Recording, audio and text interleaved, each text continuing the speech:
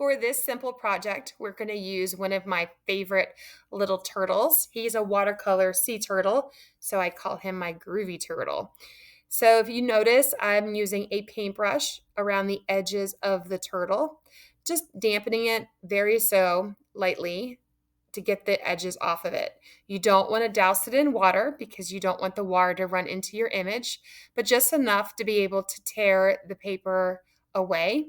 And this creates the little shredded fibers in the mulberry rice paper.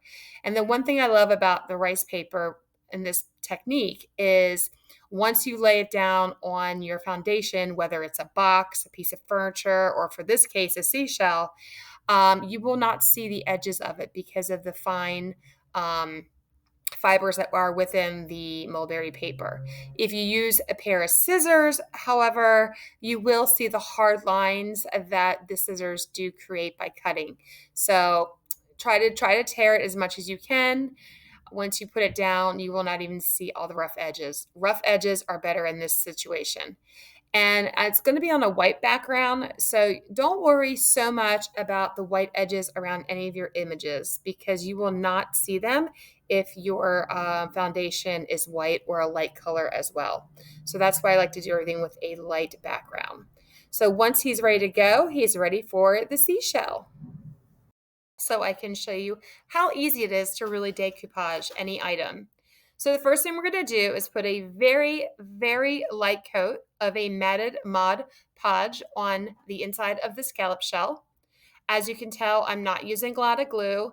Less is more in this scenario. So use a very light layer of the Mod Podge or any medium that you have, because if you have too much, it will run your colors and the paper will get very soggy, and that's what we're trying to prevent.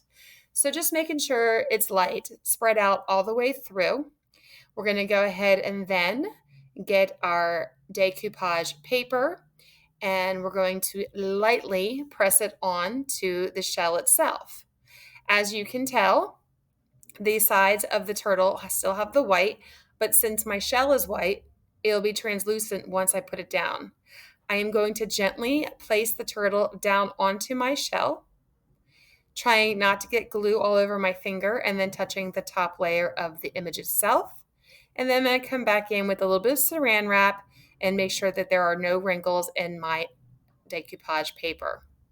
Now, since I use a very thin layer of that Mod Podge, this is only going to take about 5 to 8 minutes to fully dry before I do a top coat. Please wait till the bottom coat is dry before you actually go in with a top coat. So this is about 8 minutes later. It dried beautifully, and it's now ready for a top layer of that medium. Again, I'm using a matted Mod Podge, but you could use any medium. Just again, keeping it as light as possible with the top coating.